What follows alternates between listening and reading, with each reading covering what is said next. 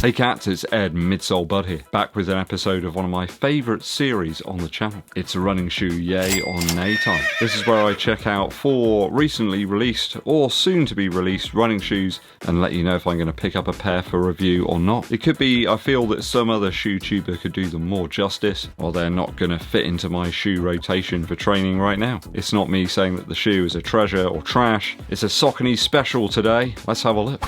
Taking a peek at the exciting looking Endorphin Pro 4, the fastest animal around, the PEREGRINE 14, the update to the Tempo Trainer, the Speed 4, and a quick look at the forthcoming Triumph 22. So a SAUCONY special, let's take a gander.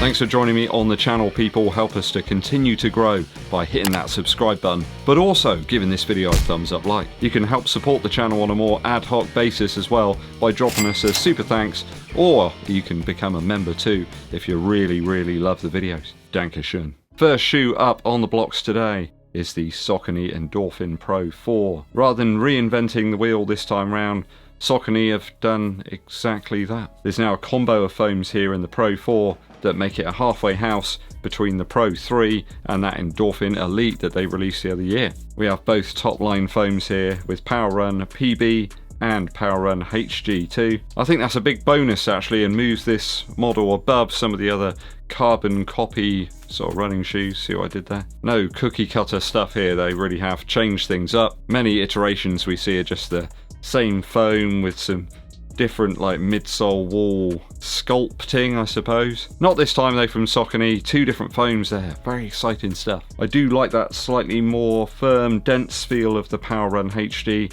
It reminds me a little bit of the foam in the Asics Metaspeed Sky Plus. A shoe that works really well for me at that sort of 10k to half marathon distance. Totally redesigned upper here, stretchy knit tongue this time round, and an almost Puma King-like flip over tongue.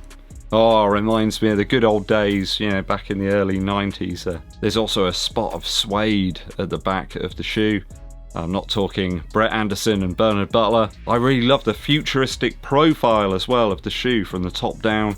I mean, after all, that's how we'll see most of these shoes when we're running in them. You never see them from the sides or the back. You just see the sort of top down view. The jagged midsole protrusions there, and stark contrast of the laces. I really enjoyed the Endorphin Pro 3 last time out. I thought it was a very durable and exciting shoe to run in, though I did have a few reservations about the outsole. It wasn't the best there. That's changed up this time around with the Pro 4.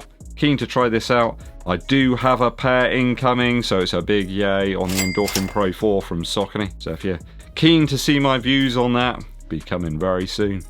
What have we got next? It's shoe number 2. Next is the PEREGRINE 14. Now the chief thing here is this trail shoe is coming in as the same weight as the Pegasus 40 from Nike in my size. Just think about that for a second. A shoe with way more lug depth, I think it's about 5mm lugs here, and vastly more durable upper materials for the trails.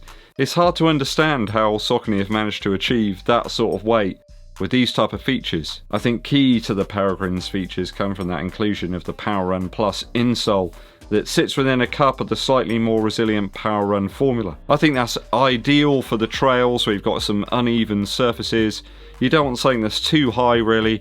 I just look like Bambi trying to ice skate really whenever I go out on the trails in a very max cushioned type trail shoe. This could be absolutely spot on. I shall be dancing atop the forest. As I mentioned, taller stacks of foam, especially those with additional air units and things built in, don't always work for me. This could be a really good balance to address that issue. Lower stack of the PEREGRINE could be ideal. There's only 28mm of heel stack in the sample size, a 4mm drop. I kind of like that as well in a trail shoe.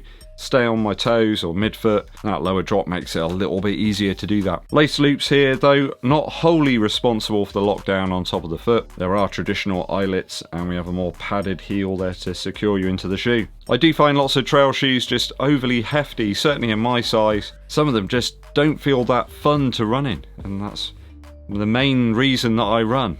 To have fun and enjoy myself. I can only imagine the weight of some trail shoes in Tim Gross's size, or perhaps Andy the Fod Runner's size. They must be really considerable. The PEREGRINE bucks the trend, but still providing some cushion and grip, which is much needed on the sloppy and muddy trails that we got in the UK. Now, you guys in the US probably thinking, what, trails? Is it really like that over there? Yeah, normally it's very wet, slippery. Some of these trail areas don't get an awful lot of chance to dry out. There's some people running in like peat bogs and stuff like that, so yeah. That's the type of weird stuff we get up to over here. This one's coming in around 135 Earth credits here in the UK. I think it's worth a roll of the dice really. Test this one out. Could be well suited for my local trails. And it's about that time where I start to get out into those, or I want to build up a bit of the leg strength, you know, less pounding of the concrete. I'm not really in need of any ultra stacked trail stuff. It just isn't my bag. So it's a yay on the PEREGRINE 14 from SAUCONY.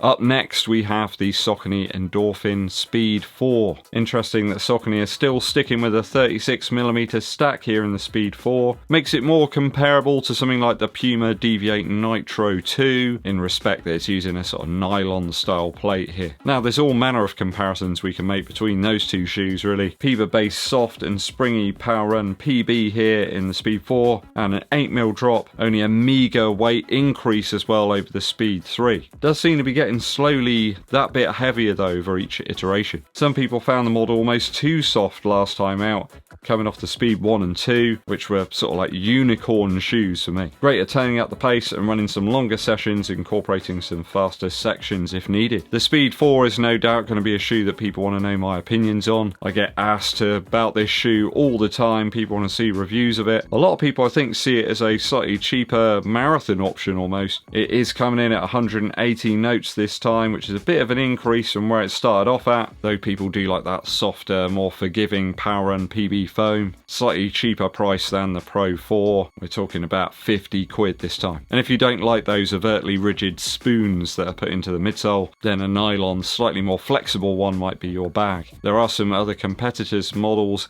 coming in slightly cheaper than the Speed 4 this time, and with more stack as well in the heel. The Speed 4 certainly mimics the Pro 4 this time in terms of the profile, though with a slightly more bulky upper, I suppose, moving away from the very lightweight V1 and V2. I mean, it's not a grandma super thick knitted jumper, but it's certainly more bulky than that mega thin upper on the Pro 4. Keen to see how this one shapes up in 2024 against some of the other competitors as well, because there's loads of different options out there in this sort of category right now. I think it'll be a tentative yay though on the Endorphin Speed 4 for the time being. Need to give that one an in-depth review at some point. I've got a few shoes though that I need to wear out first. I'm trying to get through them, as you've noticed, and get some more of those 100-mile reviews out and clear the decks a bit, because there's a lot of stuff in this room, I'll tell you that now, people.